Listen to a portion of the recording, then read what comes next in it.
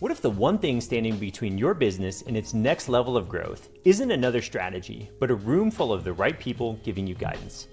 Welcome back to another episode of the Vital Wealth Strategies podcast. I'm your host, Patrick Lonergan, and today we're diving into something that doesn't get talked about nearly enough: how to build and leverage an advisory board to help you grow faster, make better decisions, and avoid costly mistakes.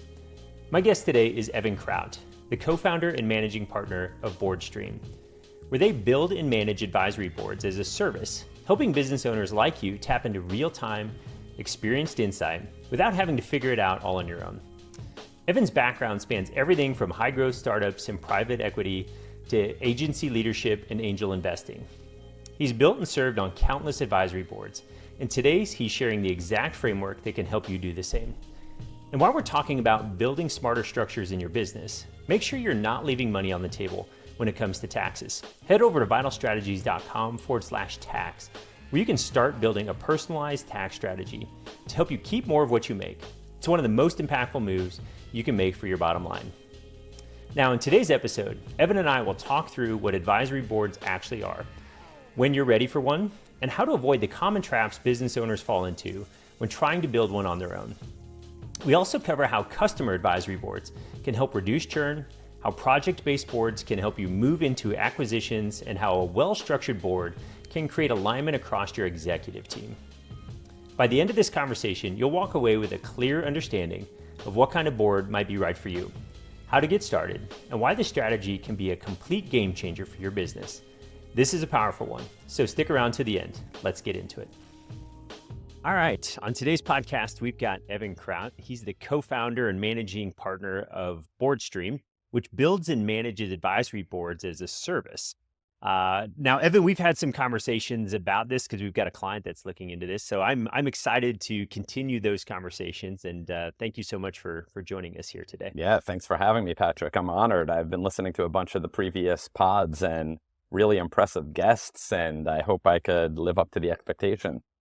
I have no doubt that you'll live up to the expectation, because I think the arena that we're going to be talking about today is really valuable for our listeners. When I think about what the entrepreneur is trying to accomplish, business is hard. And so we often see, and I'm a part of a number of these, we join peer groups to get feedback on how to run our businesses more effectively. Now, that could be EO, it could be, I don't know, strategic coach, C12, some of these, I know there's a number of other options out there, but I think the way you're structuring these, I think it's almost like the grown-up version. Like, hey, let's formalize this a little bit and really get into it. And so I think, just to continue on, it's a challenge. Like, business is hard. I like getting good feedback, but it's like, I don't know how to put these things together. I don't know how to structure a board in a way that's going to be the best use of everybody's time, the best use of my time and resources. And then, it just philosophically, it's like, I want to have the best minds in the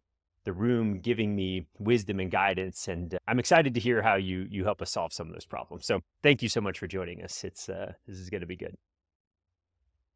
So can you give us a little bit of your background? I know you've got lots of experience as a seasoned executive, but and everything from high growth startups to advertising agencies. So I want to hear a little bit of your background and why you're sort of positioned to help us figure out this advisory board issue that we have. Yeah, so I've definitely had an interesting career from the standpoint of different functional roles, different industries, different sizes of companies.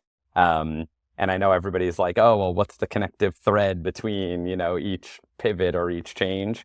I'm still not sure I know what that connective thread is. But I'll give you the quick, overview of where I came from. I first came out of college thinking I wanted to be in finance. I was very interested in the stock market and investing, playing around with, a few dollars, even in high school, figuring out how to invest. And this was in the 90s. Market was hot. Tech boom was starting to happen. I was getting swept up in that wave.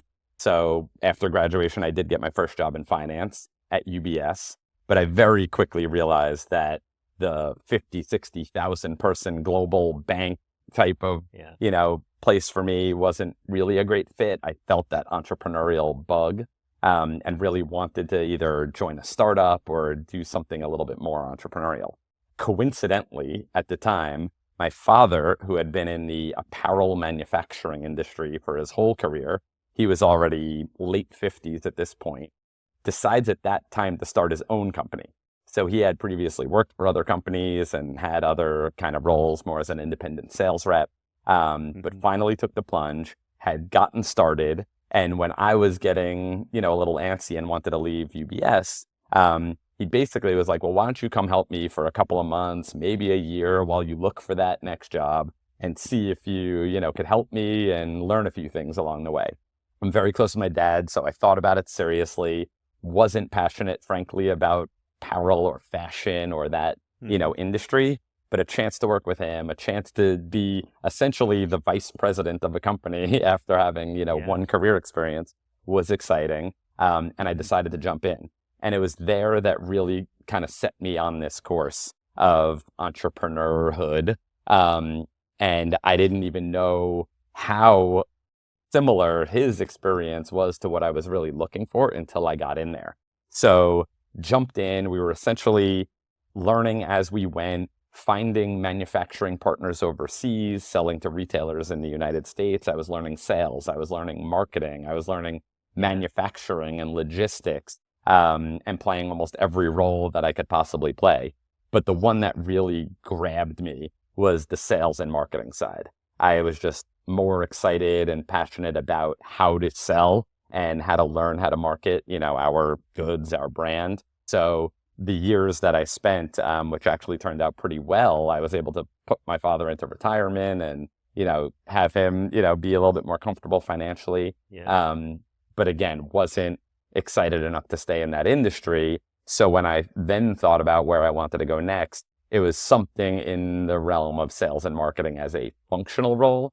And then I was still excited about tech and tech startups and, things like that. But what then happened, a good friend who I had known just personally had a growing and starting to become pretty successful marketing agency. And he was excited about the opportunity to possibly bring me in. I was the first real outside sales hire after the founders. It was that juxtaposition of marketing. It was an interesting time in around 2007 when social media was starting to become a thing. Tech and tech startups and how they were working with agencies was starting to all happen. And so I jumped in and I joined this agency. At the time, it was like 30 people and most were freelance and we were just figuring things out. But the time was right. The founder was incredible. And we took that agency through a number of amazing milestones, from one, just growing significantly for a couple of years, having private equity come in and take a majority of that agency. And 3 years to the date of that private equity firm investing, we sold to a big digital agency overseas. And a year after that, sold to one of the world's largest agency holding companies called Publicis Group. So I just enjoyed this rocket ship ride, a lot of luck. And of course, we were doing great work. And I found myself at a pretty senior level at that point, chief growth officer, which was really like head of sales, for what was then a well-known, successful agency. So that was kind of the main, rocket ride that I was on to get me to, the executive level. I love that. And there's so much experience you got there that I'd like to just highlight. I think jumping into the business your dad was running, when you do that, you get lots of it, right? You're putting on all the hats and you're just trying to make it go. And I think that's great. And that's how business generally works. Then to see, the next iteration of your career in the agency and seeing all of those different milestones take place pretty quickly gave you a ton of experience to, it's one thing to run a business well. It's a different thing when you start looking at private equity and how they start to analyze the business, how they run the business, and those other successive acquisitions all gave you, I think, tremendous insight into, okay, how do we take businesses through different levels? Because one of the things that we've talked about and we see with our clients is you sort of get to a certain size and then you almost have to restructure everything, right? The structure that got you there isn't going to be the structure that moves you to the next level. And so you've seen businesses go through those, and I think that's tremendous. Yeah, Wonderful. I would Thank you. agree. It was good fortune more than anything that I found myself in the right place to experience that kind of, ride, because most people don't get to do that. Hmm. And it was truly just a lot of luck. Yeah. Well, I like to define luck as when opportunity meets preparedness, Yep. right? So you were prepared, the opportunity showed up, and you took it. And so a lot of people would have just let those opportunities pass themselves by and wouldn't get to be there. And not only did you take advantage of it, but you clearly kept moving yourself up the ladder inside of the organization, even as it grew and was acquired by different businesses. So I think that says a little something about your skill set. So Yeah, thanks. congratulations there. Yeah, that's great. Okay, so when we think about advisory boards, I think of one main advisory board, but I think there's probably a couple other ones that we can talk about as well, right? Like we can think of the traditional strategic advisory board where we're going to bring in like key players in that we know of that could really add a lot of value that have maybe been there, done that before, that can help us grow. So I think that's sort of the main one. And then there's also the customer advisory board, which I'm really excited to dig into. And then also there's maybe even like a project advisory board that I think is worth spending a little time on as well, because that also has my interest. So Yeah. I don't know where you want to start with the different boards, but I'll let you take it from here. So the final part of that career journey probably helps lead us into exactly how my passion for advising and advisory boards really came, to be. So after that amazing 9-year run, right, exiting the agency and being at a senior role at the Publicis Group, two interesting forks kind of happened for me. One is I had a small, percentage of equity in the agency that I had earned into over those years. And when we had that final earnout check, come through, my ambition was to become an angel investor. And I had been already seeing deal flow, meaning interesting startups coming and fundraising because of my role in the agency. That was an interesting position to be in because in the New York, kind of startup, system, once a startup raises money, they're looking for marketing services, they're looking for strategic services. And so a lot of them end up going and meeting with agencies and understanding how can I be doing my branding, my marketing, my website build. We were doing all that kind of work. And again, just it got bit by the bug, loved the whole entrepreneurial, journey that these founders were on. Now that I had a few dollars, I was thinking, maybe I'll back a few of these startups and see how that goes. And so with that, I kind of jumped in, and as part of me writing a very small, little angel check, just as part of a round, I was also offering up my services, personal services, right? Advice, guidance, introductions, connections to other people, of course. And I found myself in some cases, just being an informal kind of advisor, and in other cases being asked to be on their official advisory board. Now, when you're talking about an early stage company, they very rarely have an official advisory board that really operates like a board. It's more like a loose association of contacts that may or may not even talk to each other and are really just available to the founders, the executive team, when a problem arises or when an opportunity, comes up or when they need a connection.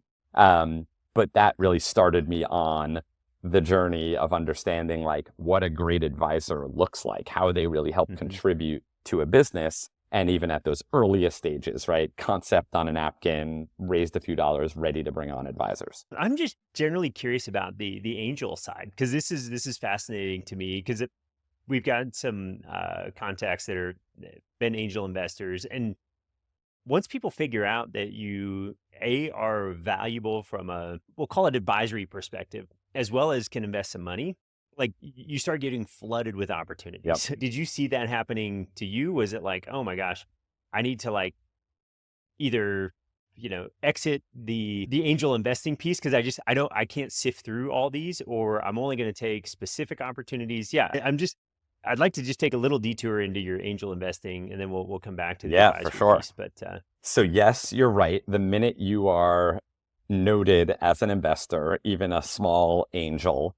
You end up on these lists. You end up in, conversations amongst founders and other VCs who, of course, are constantly, sharing insight on how companies can raise. And we started to get swamped. And I say we, almost instantaneously upon deciding I wanted to start angel investing, I reached out to my first cousin, who's almost like a big brother to me, very successful in business. We were always talking about investing in the public markets and different business strategies. And I essentially just let him know what I was thinking. And he was like, I'm in. Let's put some money together and co-invest, like partners in this, angel investing thing. So we did that.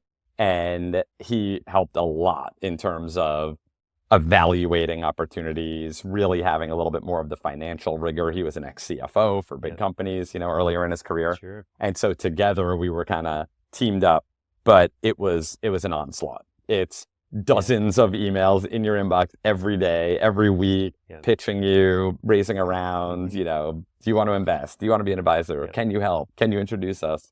And it is way too much. And if this is a part-time, kind of after hours thing, it does become overwhelming. So one is picking your lane, right? And becoming known for what you invest in, whether that's the stage of company you invest in, right? Are you a first check kind of an investor where it's the founders haven't even built the product yet, or they're not even in market yet? Are you focused on a certain vertical, like a category? Is it e-commerce or is it B2B SaaS? And that helps, narrow the amount of inbound that you get. And then over time, we just figured out how to kind of manage it. But I will admit that we probably just ignored the majority of inbound. Yeah, no, that's fantastic. And I see that experience being able to help you build these advisory boards. So I appreciate that little detour. But now back to building the advisory board. So this was the other fork in that road. So on the one side, I personally just got excited and interested in angel investing and went down that path. And then the advising came along with that.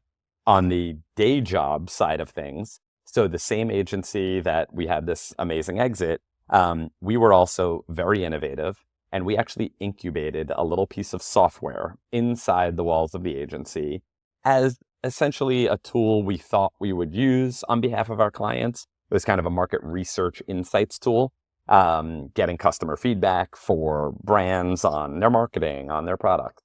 And that little incubated tech startup, after the private equity guys first came in and saw that that was getting interesting and then spun it out, that startup became its own startup and rolled out of the agency, raised venture, and became almost like a sister agency or company, to the agency as we then went through those next phases of growth.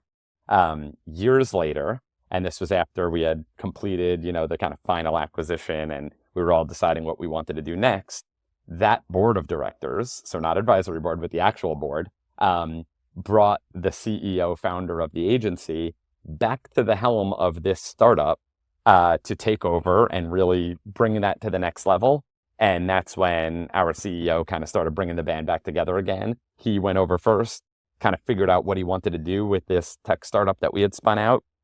He had the right approach and strategy, and then, got the kind of existing investors to fund it a little bit more so that he could hire out his executive team. And we all jumped back on, with this amazing CEO who had already taken us all the way to this startup. And this startup was a market research, a B2B SaaS platform for market research. So targeting very big brands, the Fortune 1000, who would essentially use this platform to do market research, consumer research, 24/7, 365. You could launch a question, a survey, a focus group, and get answers from your consumers the same day. A very novel solution at the time. And then we were all together again in this venture-backed tech startup. And admittedly, that was actually my first time being an executive in a tech startup. Really, I had been investing in some of them. I had been close with some, but this was a whole new experience. And because of that, it was really new for all of us. We knew we needed extra support, advice, guidance. And that is what led us to creating an advisory board. So Yeah. versus, right, these kind of smaller, earlier startup advisory boards that I had been a part of, this was now a company doing millions of dollars in revenue, growing, hiring, scaling in a lot of the right ways, but doing so with our own gut driving us, right? Yeah. And not really having experts, subject matter experts, customers really guiding our product roadmap, our positioning, our services and how we were engaging them. And once we decided we were going to do this, we went out and we looked for the best possible, advisors we could find through our networks. And during that process, realized that our customers should not be ignored. Some of our key senior level customers were providing us similar and even more impactful, advice and guidance on things that only they would understand, being so close to our product and services, that we decided to do a hybrid board, which was half strategic advisors and half customer advisors, and essentially launched this as a very formal program, right? Quarterly advisory board meetings, real onboarding to the advisors as a group, engagement, structure. And this advisory board, over the years going forward from that point, became one of the most impactful driving forces for our company's growth. We 4x'd revenue, became such a stronger company, a better run company, and a more valuable company as a result of having this advisory board. And that is really the thing that then just clicked for me, and the concept of every company needs this. We need to build something like an advisory boards as a service business, and decided once I finished my 4-year, tour of duty at this company, I was going to go out and build this idea. And one of my colleagues was the president at this company, and we decided to do it together. Mm-hmm. I love it. So I've got a general question. At what point should a business go from that very loose advisory board to tipping over to, okay, we're a grown up now. Yeah. We need to formalize this process. Is there a revenue threshold? Is there a EBITDA number? Like, do you have some guidance on when this makes sense for somebody to start considering this? Yes, it's a great question. And it's an interesting one, because I wish there was some very specific trigger. Like, once you hit this revenue milestone, or once you hit, that customer concentration, you're ready. But it's really a few things. Interestingly, the one that we see all the time now that really makes the biggest difference is when you have a built out leadership team. So what I mean by that is, right, a lot of entrepreneurial businesses are driven by the founders, the co-founders. Maybe they have a couple of executives in a few of the roles, right? Maybe you are early to hire a CFO, but you don't yet have a chief marketing officer, or, a chief product officer, or whatever your, business necessitates. The companies that are really ready for a more formalized, sophisticated advisory board are the ones that have at least a mostly built out executive leadership team. Because one of the biggest things that these advisory boards solve is executive alignment, right? When you have not just the founder making all the decisions, you've kind of gone beyond that point, and you're at that next stage where other, key leaders need to be able to run with their particular function and, build out their departments and the like. It just naturally starts to break, right? You don't have the same obvious alignment when the same person is making the decision on sales and the same person's making the decision on product and marketing. And so you need this kind of alignment vehicle to really help get the executive team clear on, why are you going to invest in this particular area? Well, it's coming from customer feedback, or it's coming from experts who have done, this exact thing and know where, the bodies are buried, so to speak, like, where not to go. And so that's one key thing. Other is that, what do you do with the feedback that you get from your advisors, right? That is actually the part that most companies fall down on, meaning you cultivate this amazing advisory board, whether it's your customer, strategic, or what have you. You get them in a room, you're talking about different challenges, you're getting advice. Who's really capturing that advice? Who's digging in and getting even deeper on those details and then turning them into actionable strategies? It's the functional leaders who are ultimately, at the end of the day, going to be executing against that. But if you're only getting that insight at the CEO level and it's getting watered down and distilled, it's like a game of telephone. Like you get some of the, details, but not all of the clarity as to where that came from and why. Yeah. You miss out on so much of the value. Yeah, no, that's really good because I see that in my own business. I go out to, peer groups and what have you, and I come back and I'm like, hey guys, real cool idea. And I give them the 3-minute version Right. of something that we talked about for an hour and a half, That's right. and there's just no way to get all of that data to the team in an informal type setting. So That's I right. think that's fantastic. So let's say I'm listening to this and I'm going, all right, Evan, all right, this sounds amazing. What is like step one of building an advisory board? How do I go about like putting some of these pieces in place? Yeah. So it may be obvious, but it's surprisingly not obvious in practice. Step one is, what are the business goals?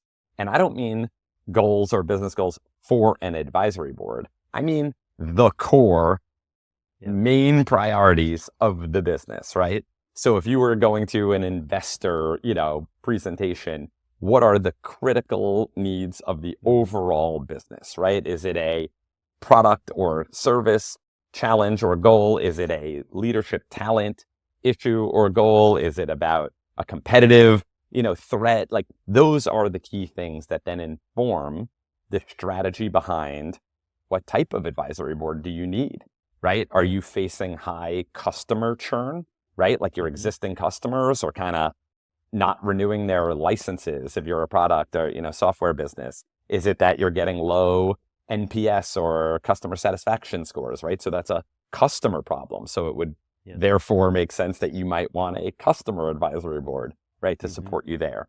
Is it that you have an inorganic growth strategy that you need to pursue, acquiring other businesses, rolling them up, but you don't have a corporate development leader or somebody with M&A experience and integration experience in your core leadership team?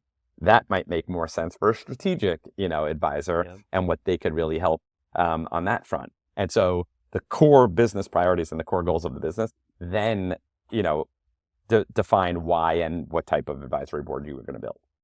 Yeah, this is fantastic. And I'm going to sort of weave a thread through a few of the things that you've said here. I think about, the built out leadership team, also the business goals, like, and correct me if I'm wrong here, but I see systems like EOS, Traction, the entrepreneur operating system from Gino Wickman, as being almost critical.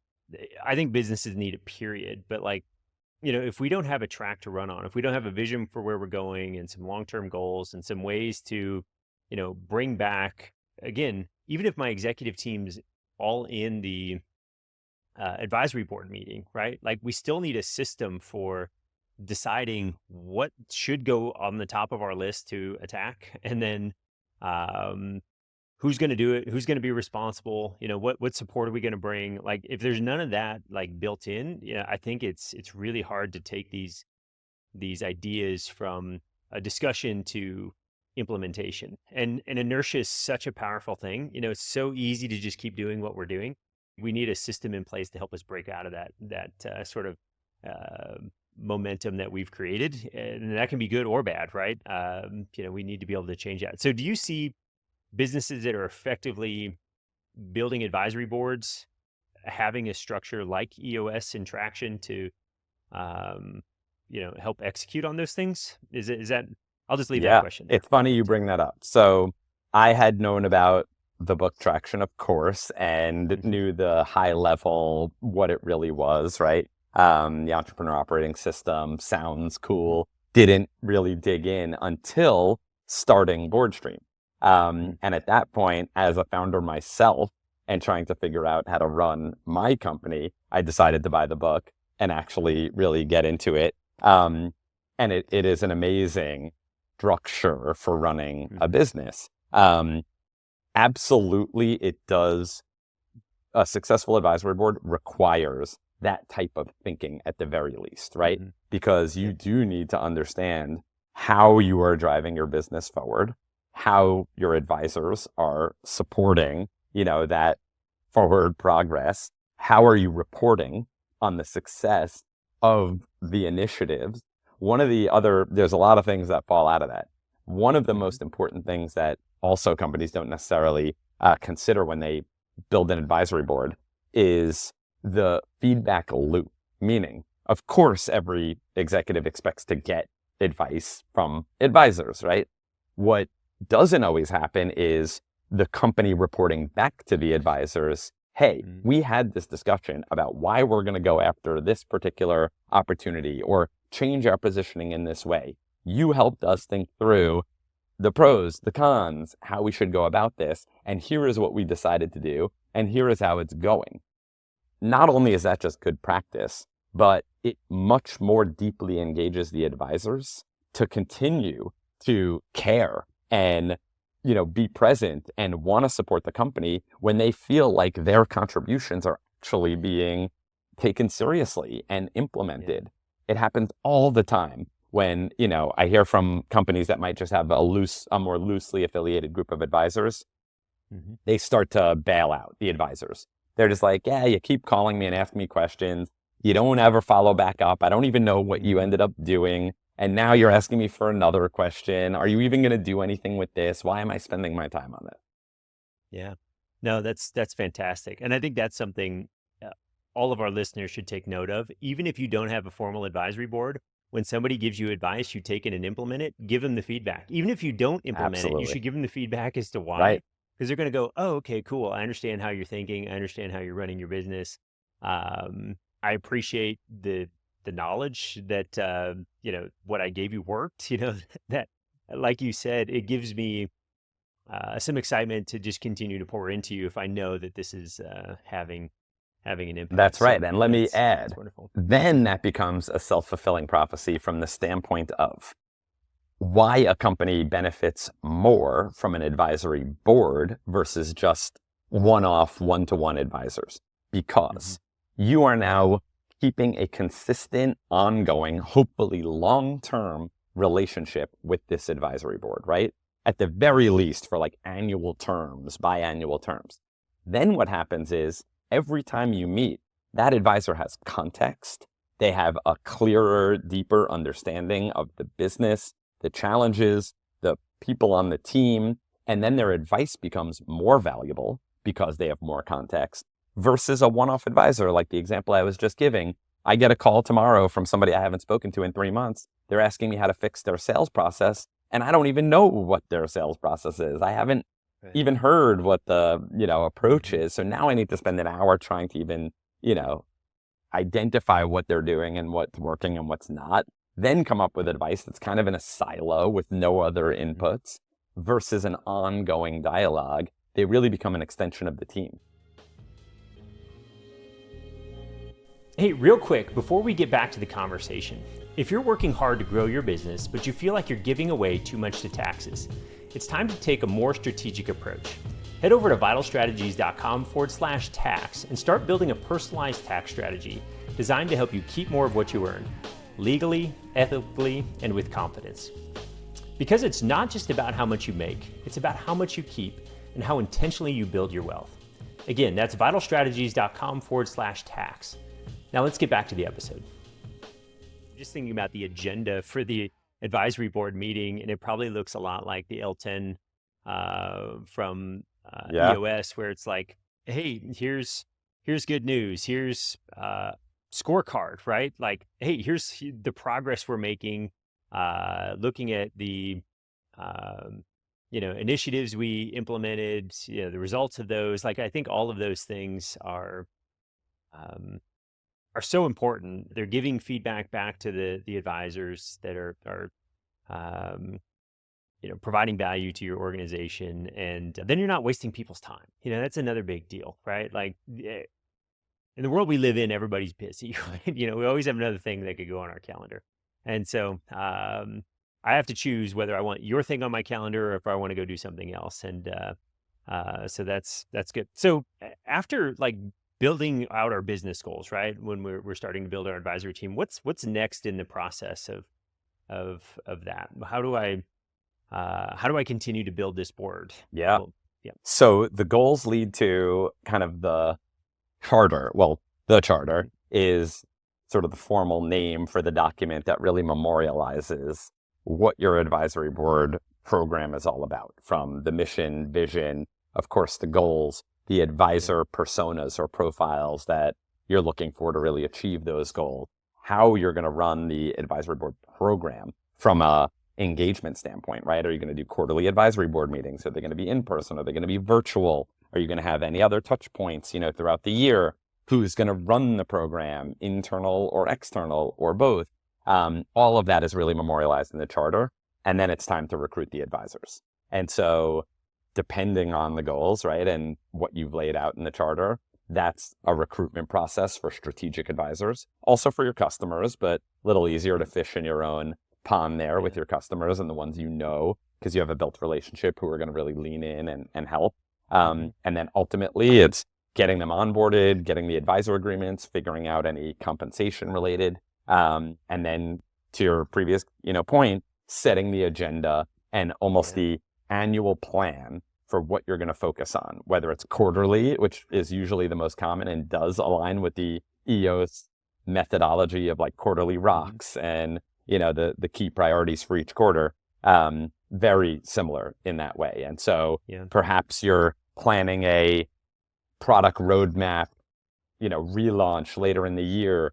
You want to get some initial guidance, thoughts, advice. You might have your chief product officer come and present, current product, customer feedback related to current product. What's on the list of potential, strategies that you're pursuing for, the bigger rollout. And that might be the main, focus for a advisory board session, for a quarter. Yeah. Yeah, no, I love that. And I love this idea of the charter that's going to help me, outline exactly, what this is going to look like. Now, can you explain to me how BoardStream helps me make those decisions? Because it sounds like there's a number of decision points there that I need to figure out, like everything from, are we going to fly everybody in and do this in person, if they're from all over the country, to paid positions, to how do I decide what's the best, quote unquote? Yeah, and that's at the core of what we do and why we felt like BoardStream needed to exist, right? Because companies don't inherently know how to do this type of thing. And if they haven't experienced it directly, been a part of another company that had a really well, defined and well-run, advisory board, everybody's just winging it, and maybe they're soliciting some advice to figure out how to do this. We have built our own proprietary process, which is essentially the strategy first. So how we do this is we do in-depth interviews with all of the executives of the company.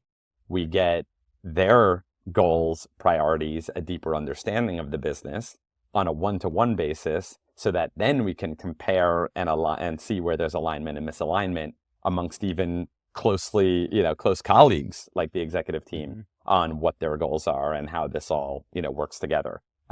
Once we kind of present that back and work with the, exec team to really understand where are they aligned, where are we focusing, the goals of the board, that's a pretty, interesting process where most execs are usually a bit surprised as to what they, hear from their fellow colleagues. It's just the kind of thing that we take for granted. You're not always talking about, right, where you're clear on things and initiatives and where you're not, and where your day-to-day job is pointing, your arrow versus your colleagues.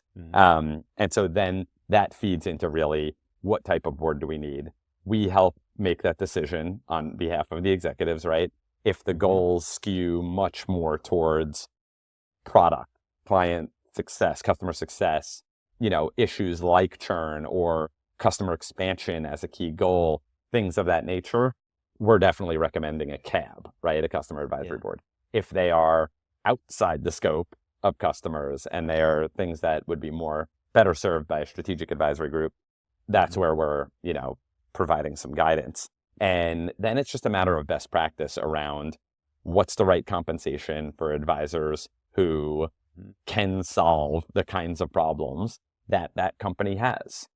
You may not need the, C-level executive at a Fortune 1000 company to be on your advisory board. Like, You don't always have that kind of like celebrity business executive need. You may just need somebody who's kind of been there, done that in a similar seat, a couple years ahead of you or a couple of stages ahead of you. And oftentimes we find that those make for the best advisors. They're much more current in the executional considerations. They're really in it, so they understand the nuances of how to get it done. And purpose built for each company. Yeah. Yeah, no, I love that. And this is just an advisor question. Like, I think you hit on a really important point there, right? Because I could see somebody that's, for lack of a better term, retired. Yeah. I'm like Jack Welch is I'll say a Sure. genius. Everybody thought Jack was a genius when he was running GE and it was just crushing year over year.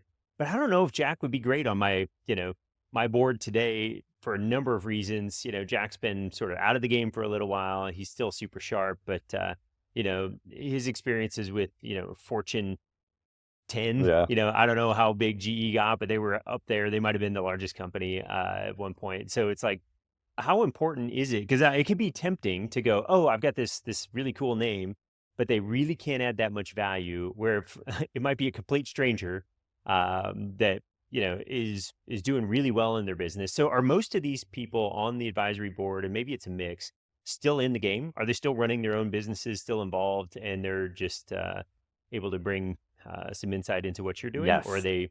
The Yeah. far Okay. majority are still Hmm. active executives, within business, but we do see very often retired, super successful ex-executives joining advisory boards. And for some advisory boards, it does make sense. A lot of companies think of their advisory board as a marketing vehicle, and it is, Hmm. but Sure. rarely is that the best use case for an advisory board. It's just one marketing tactic, right? So if you have Yeah. somebody, the likes of a Jack Welch on your advisory board, and you could put that on your website and put that in your investor deck and use his Yeah. name in your copy and content, that has a lot of Hmm. marketing value. And so a lot Yeah. of companies will go after not literally that level of Hmm. famous, Right. business investor, but even just, you know, ex successful founders who have sold their companies or some top level executive at a Google, Amazon, et cetera, just to get Hmm. those names on their advisory board. And then Sure. it's a bit more transactional and marketing, and they're probably not giving you a lot of time and effort in terms of the in the business, strategies, but it has its place, in this Yeah. whole ecosystem. Yeah. Yeah. I love it. And I want to almost walk back a few of my comments because, I think there's some truths in business that are enduring, right? They were true 100 years For ago and sure. they're still going to be true today. And people like Jack are going to be able to like speak into those truths. From a tactical perspective, they may not know the best social media platform to market on, Right. but that's okay. I can fill that with another board position. So, Agree. okay, There is also wonderful. one other consideration when thinking about an advisory board, and it goes back to the Mhm. cohesion of a board and not just individual advisors. You really want the people around the table to be of at least a similar level in terms of their, you know, experience and their tenure, right? Because rarely are you going to have a dynamic, conversation with the former CEO of a multi-billion dollar public company and then a director of marketing from a more, Mhm. relevant but small company. That Yep. person is going to not feel confident speaking up in a room with a few of the like world's greatest, leaders. You really want to have more of a right-sized level Mhm. where all the advisors have a camaraderie, have a connection, become their own, community with the Yeah. company at the center, right? Bringing them all together. But it is really important in terms of the profiling of who we would Mhm. build as an advisory board around. I love it. And that brings me to another question, because we were talking about experience diversity, right? How important is diversity in regards to a board in general? I've seen some interesting data around that. When you start bringing in different race, different sex, you start to get, I don't know, maybe we'll say better outcomes, because you're getting perspectives that you may not get if you didn't have that diversity. How important is that in the process of building the board? It's really at the top of the list of importance. I think where I would hesitate to say it's not literally having the diversity by every race, religion, ethnicity, gender, but Yeah. diversity of thought, right? And so different experiences in Yeah. their careers, in their lives, understanding different business models and, different ways of working. And then, of course, yes, diversity as Yeah. people have, we haven't done the research necessarily ourselves, but all the research suggests that that is going to deliver better outcomes, right? Yeah. You Yeah. don't have blind spots from not thinking about a certain audience within your, client base when you have a more well-rounded board thinking about, all the different, customer segments or ways that your business is, building itself. And it's really, really important. Yeah. Yeah, that's great. And the diversity of thought brings up an interesting point. And I can't remember where I read this, but they were like, oftentimes from an industry perspective, when we surround ourselves with industry insiders, we all think it needs to be done a certain way. Right. And then we bring somebody, let's say I'm a service-based business and I bring in a manufacturing business uh, CEO to be on my board. And they might bring a different perspective. Even though we're not manufacturing widgets, they might go, hey, have you thought about delivering it to the market this way? And it could be they could provide some eye-opening opportunities there. So Agreed. are you seeing that type of board construction? Like you're bringing people in that are just sharp business minds versus like sharp in the industry? Yes.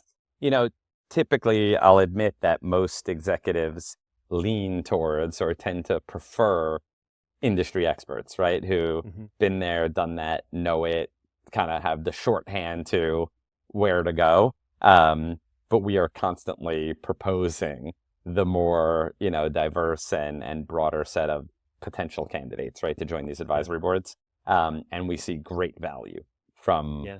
that way of thinking. It's hard, right? Because then they may not understand your business and the challenges that are unique to your industry. And then it's just a job of proper onboarding, right? And that's another one of the things that most companies don't do a great job of in-house. And what we strive, as BoardStream to deliver Hmm. is great onboarding for the advisors, right? We had just gone through, through this deep strategic exercise to understand the business, their challenges, their goals.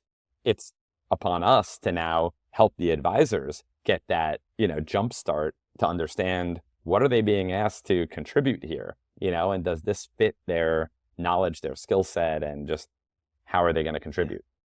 Yeah. I love this. So far we've identified here's what I've got for the steps. We need to have business goals.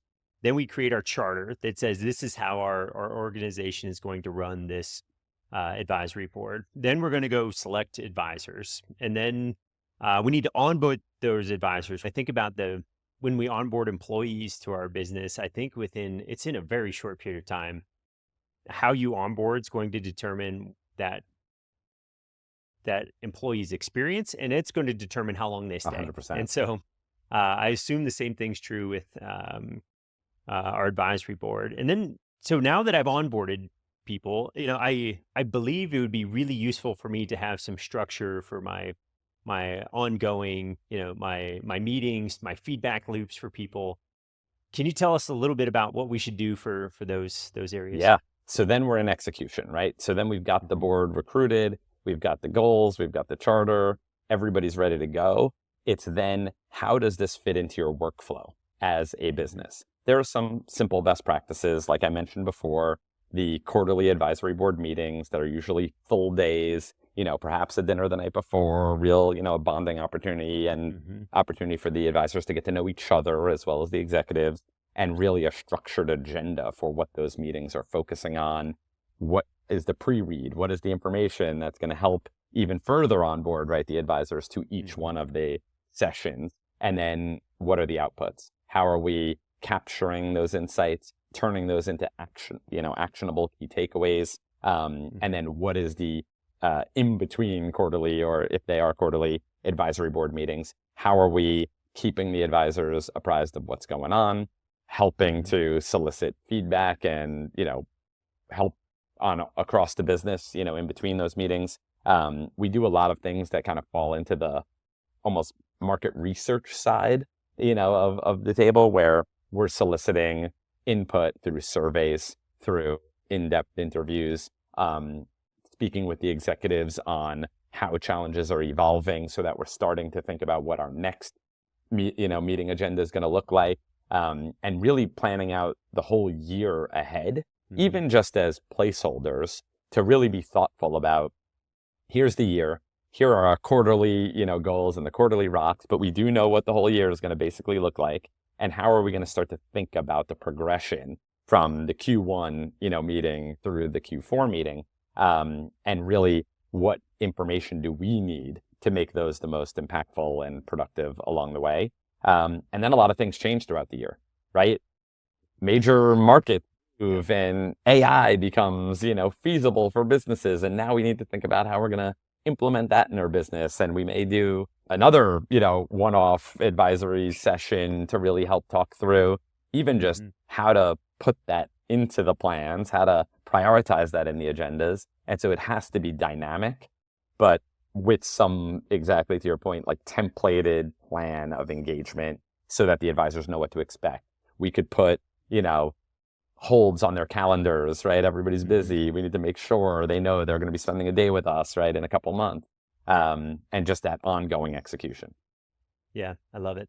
I'd like to talk about customer advisory and then project advisory boards. Yeah, let's jump into that. I think customer advisory boards specifically are probably the most well understood of all the different types of advisory boards. Many, if not most, of the Fortune 1000 B2B companies have CABs, customer advisory boards. They know this, strategy, and they really take it seriously. They have perhaps many customer advisory boards within one organization.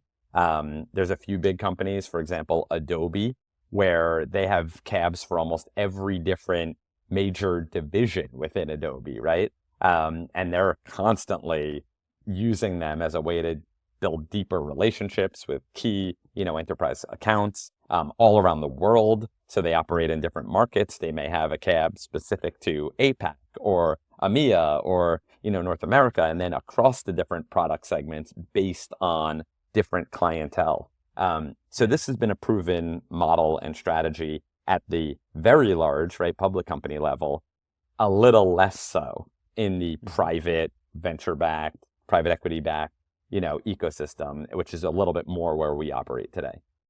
Yeah, no, I'm interested in this. There's something that comes to mind. It's a Henry Ford quote, and so and he beats up on a little bit of like taking feedback from your customers. He was like, if I would have asked my customers what they wanted, they would have told me, a faster horse, right? And he went on to build them a car, and so.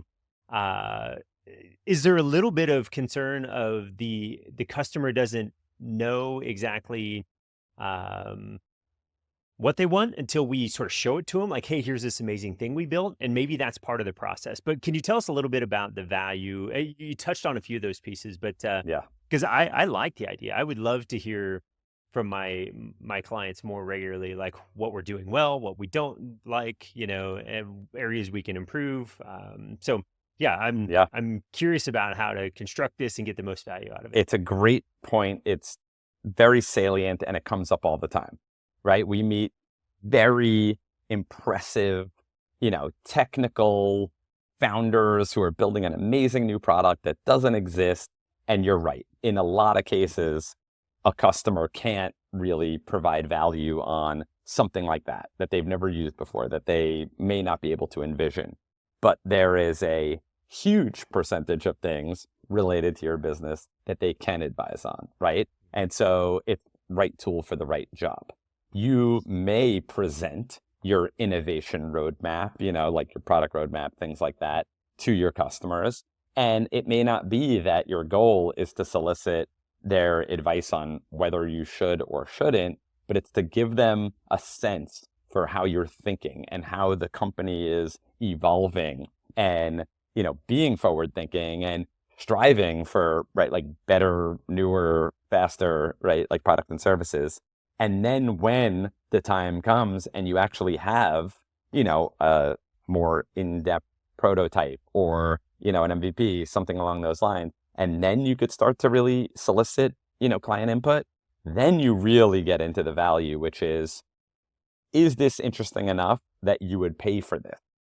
Is this something that really solves a pain point, or are we just building because it's cool, right? Like it does really impact innovation and product roadmap strategy. But I will admit that there are probably other use cases, so to speak, for your customer advisory board than just that innovation agenda, because every day your company is interacting with their company, right? And so every touch point, every perception of, right, like your company is coming to bear, and it's very hard to capture that feedback because you've got maybe a junior or mid-level customer success manager kind of handling that client, so to speak.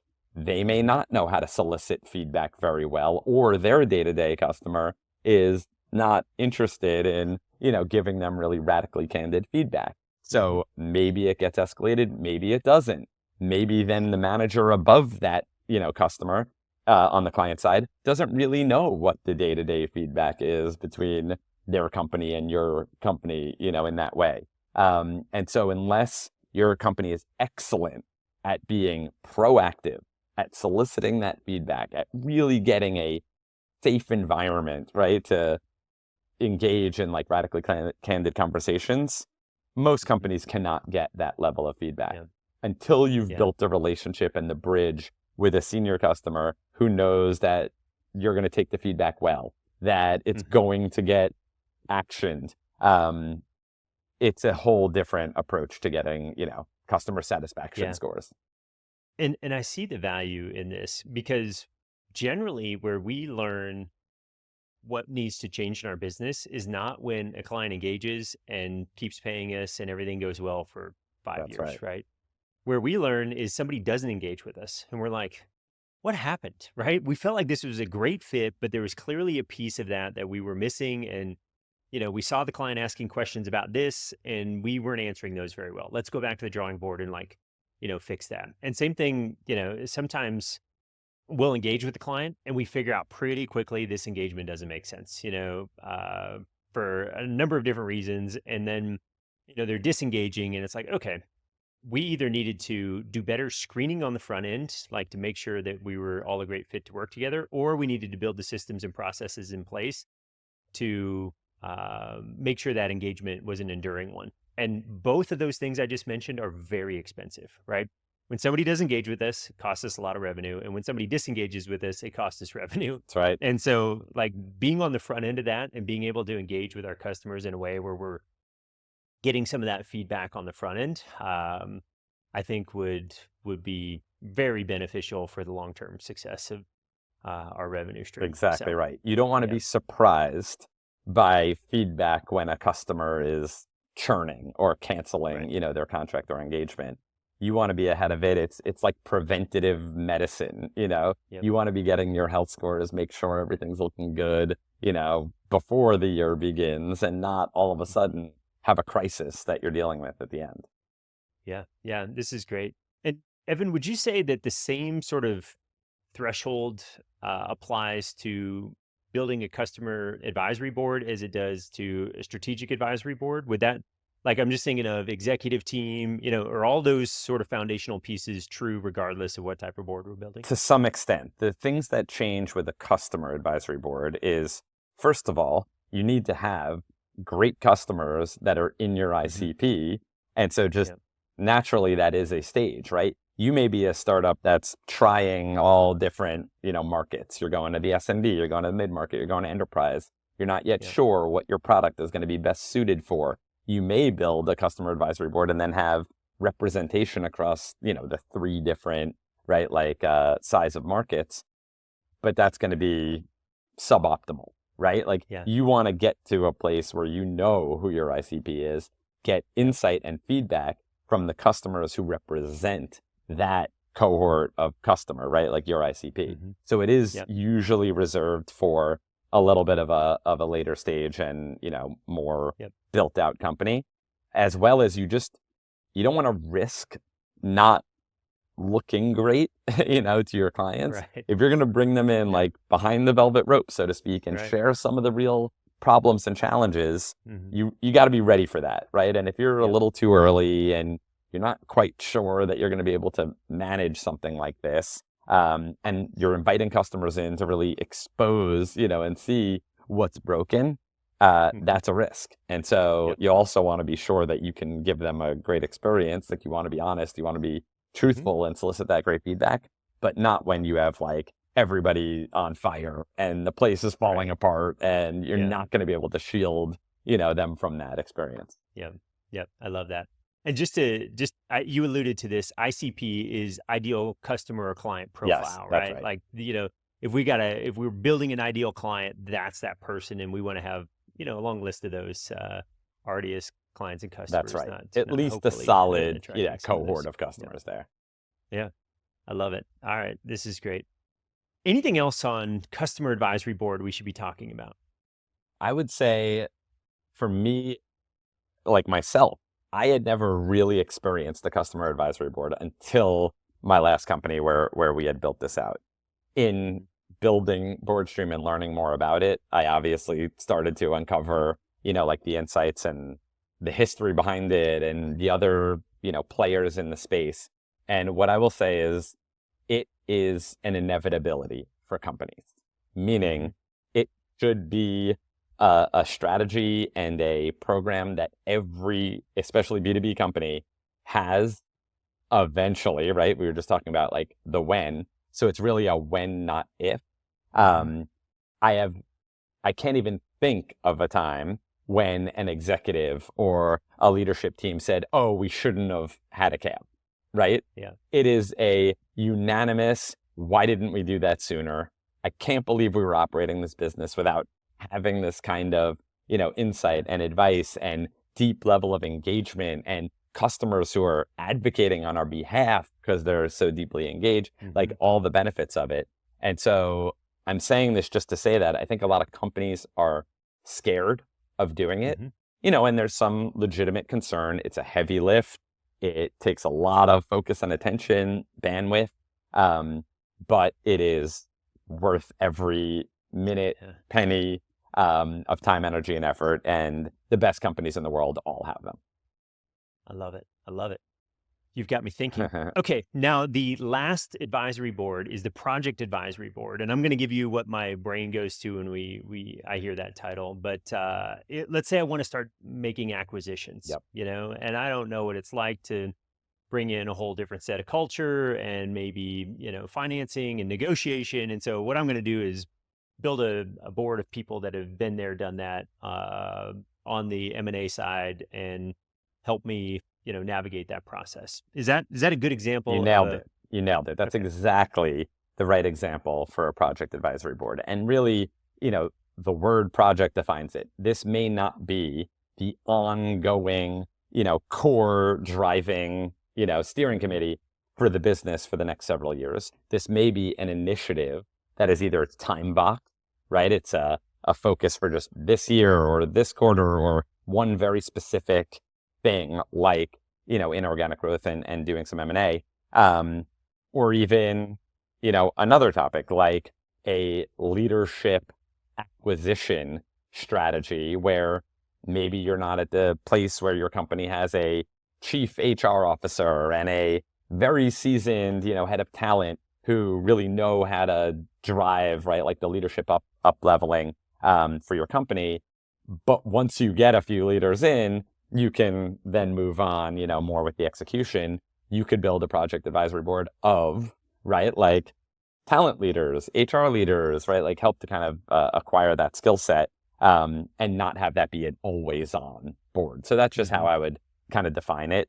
M&A is a perfect one as well. Now, a company that's going to start getting, into doing acquisitions, that's not a small, short-term mindset, right? You may have to kiss 1,000 frogs before you actually have a successful, consummated, acquisition. Right. But you could learn quickly, right? What does a corporate development process look like? What does due diligence look like? Who needs to be on that team? How do you source, opportunities? How do you go through like the strategic diligence and then ultimately, the financial diligence. And then you can hire somebody, right? Like a corp dev lead. So it's like a means to an end in a way. But yes, a great use case. I love it. This has been great. Evan, anything else we should talk about in regards to advisory boards before we wrap up? I would just say there's a lot of great literature online about advisory boards, customer advisory boards. We're not the only ones in the industry, supporting companies with their advisory board needs. We have a free white paper on our website that is what we call the essential guide to advisory boards. And it really is a how-to guide. So anybody just curious what it would take, how you might go about this. We talked about a lot of the steps and phases. Go do a little bit of research, right? And learn about these things and then figure out if this is the right thing for your company, or if not now, when, and just plan for and prepare for what should be something that you implement, in the future. I love it. So we'll have links to that white paper in our show notes so people can go download that. And Evan, I was thinking about this in the context of like business is oftentimes like a battle, like a war. And the Bible's got lots of wisdom in regards to the Proverbs and just in general. And Proverbs 24:6 says, by wise guidance, you can wage your war, and in abundance of counselors, there is victory. And so I think about that. And, I think of you as wise counsel in building my wise counsel. I think that is a good first step. I don't think it makes a lot of sense to wing it, because you only get a one shot to make a first impression. And if you put together a board and it doesn't succeed, it's like you're gonna burn a lot of what I'll call relationship capital in that. So in my mind, it makes a lot of sense to invest in setting this up well. And if it's outside of your key competency, go pay somebody to do it. We're big believers in who, not how. Like go find the who that can help you do this. So if somebody wanted to engage with you, say, hey, yes, I need this thing, what is the best way for them to get in touch? Find us at boardstream.ai. Find me, Evan Kraut, like sauerkraut, on LinkedIn. I have an open, intro message, etc. And I post a bunch of content about advisory boards, the learnings that we have out in the field. Welcome the follows and welcome the inbound. Yeah, wonderful. We'll make sure we've got links to all of that in the show notes. And I just think about this, right? Like when we take action on these things and we build a board of peers or customers that can really speak into our business, it's just going to make our business grow bigger, faster, better, right? It's going to take some of the hassle and friction out of the process. I can go learn and do it myself, and generally learning comes from lots of mistakes along the way. Right. I would rather leverage those experiences and wisdom from other advisors that have been there, done that, made those mistakes, so I can help avoid some of those. And I just think about what happens if we don't take action on this. We're just continuing to, struggle in business. Business is hard. It doesn't matter what level you're at. You're going to still be bumping into challenges and problems. And so I think you can just streamline that process easier, faster. And so, Evan, I think the work you're doing at boardstream.ai is fantastic. I think it's something that people should start considering now, right? Like at almost any level, you need to start building your board of advisors, whether that's informal, and then at some point you can grow up into a formal structure. But I think there's a ton of great takeaways today for people, no matter where they're at in the process. But this has been wonderful. Yes, thanks for joining us here today. I appreciate it. It's a pleasure, Patrick. That's it for today's episode. Thank you so much for tuning in. I hope you found real value in this conversation with Evan Kraut, and that it got you thinking about how an advisory board could take your business to the next level. If you enjoyed this episode, I'd love for you to share it with someone who could use this information. Another entrepreneur, business partner, or team member who's ready to level up. While you're thinking about ways to work smarter in your business, don't forget about your tax strategy. Head over to vitalstrategies.com/tax to start building a personalized plan that helps you keep more of what you make. It's one of the easiest ways to create more margin and momentum in your business. And remember, you're a vital entrepreneur. You're vital because you're the backbone of our economy, creating opportunities, driving growth, and making an impact. You're vital to your family, creating abundance in every aspect of life. And you're vital to me because you're committed to growing your wealth, leading with purpose, and creating something truly great. Thank you for being a part of this incredible community of vital entrepreneurs. I appreciate you, and I look forward to having you back here next time on the Vital Wealth Strategies podcast, where we help entrepreneurs minimize their taxes, master wealth, and optimize their lives. Until then, keep going, keep building, and keep being vital.